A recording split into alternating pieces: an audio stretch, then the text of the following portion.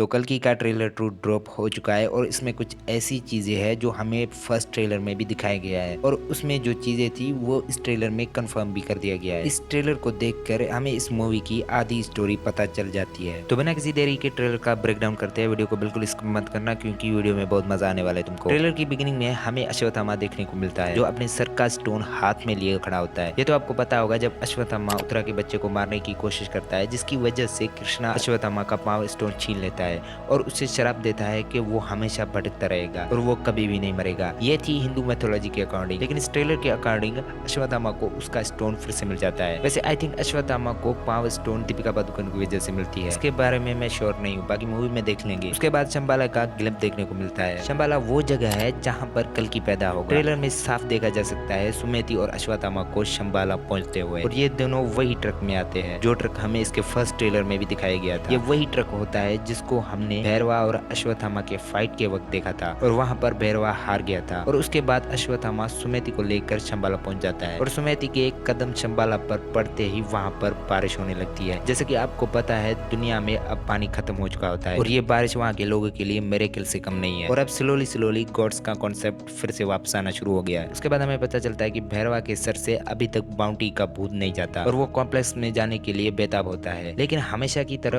उसके सामने अश्वत्थामा खड़ा होता है जिसे हराना भैरवा को मुश्किल लग रहा था। लेकिन फाइनली भैरवा को गुस्सा आता है और वो अपने गैजेट्स का यूज करता है। जब भैरवा अश्वत्थामा को धक्का देता है तो एकदम से सीन फ्लैशबैक में जाता है और हम देखते हैं कि अश्वत्थामा को कोई धक्का देता है और वो वहाँ खड़े बाकी लोगों को उड़ाकर एक हाथी से जा टकराता है और उस धक्के में इतना पावर होता है कि हाथी स्लाइड करके आगे चला जाता है और अश्वत्थामा को जो धक्का देता है उसे व्हाइट कपड़े पहने होते हैं। इन माय ओपिनियन ये वो सीक्वेंस होगा जहाँ पर कृष्णा भीमा को एक अश्वत्थामा नाम के हाथी को मारने के लिए कहता है और भीम उस हाथी को मारकर लाउडली चिल्लाता है कि द्रोणाचार्य का बेटा मर गया है, जिसे सुनकर द्रोणाचार्य को शौक लगता है और वो अपने हथियार टाल देता है और मौके का फायदा उठाकर धृष्टद्युम्न द्रोणाचार्य का सर कलम कर देता है। तो मेरे ख्याल से ये हाथी वही होगा और कृष्णा उत्तरा के बच्चे को फिर से जिंदा कर देता है और उत्तरा के बच्चे को मारने की कोशिश के लिए अश्वत्थामा से उसका मणि छीन लेता है जो उसके पावस का सोर्स था और उसे सर के बीच जख्म के साथ हमेशा जीने का कर्ज भी मिलता है। उसके बाद अश्वत्थामा ऐसे ही दुनिया में भटकता रहता है, लेकिन मूवी के अकॉर्डिंग अश्वत्थामा को उसका स्टोन फिर से वापस मिल जाता है। उसके बाद इस ट्रेलर में भी कली का हमें एक ग्लिम्प देखने को मिलता है जिसके पीछे सर्कल टाइप चीजें हैं जिसके अंदर बॉडीज पड़ी हुई है। आई थिंक जैसे अपोकलिप्स अपने बॉडी को चेंज करता है जब उसका करंट बॉडी खत्म होने को होता है तो वो दूसरा बॉडी अपना लेता है,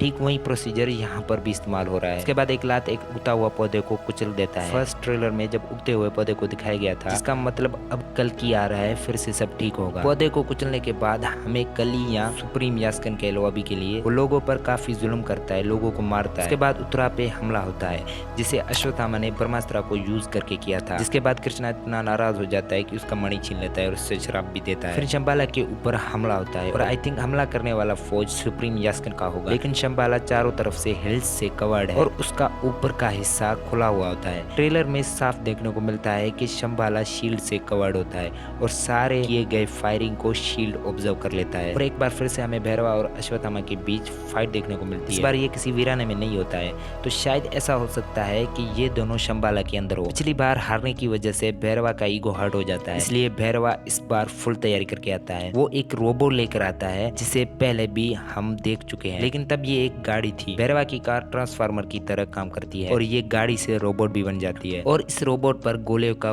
कोई असर नहीं होता और इस रोबोट को अंडर एस्टिमेट नहीं कर सकते हम। मुझे अब तक ये समझ में नहीं आया कि प्रभास क्यों है इस मूवी में। दोनों ट्रेलर में हमें बस ये दिखाया गया है कि भैरवा और अश्वत्थामा के बीच फाइट होती है और भैरवा सुमेति को पकड़ना चाहता है ताकि वो 1 मिलियन यूनिट्स जीतकर कॉम्प्लेक्स में जा सके। इस कैरेक्टर का कितना वैल्यू है और क्या काम है इस मूवी में, इन सब चीजों को देखकर प्रभास के कैरेक्टर का कोई सेंस नहीं बनता। तो आखिर वो क्यों है मूवी में? वैसे तुम्हारी क्या ओपिनियन है इसके बारे में कमेंट्स में जरूर शेयर करना और नीचे सब्सक्राइब के बटन को भी दबा देना ताकि ऐसी यूजफुल वीडियोस तुम्हें मिलती रहे।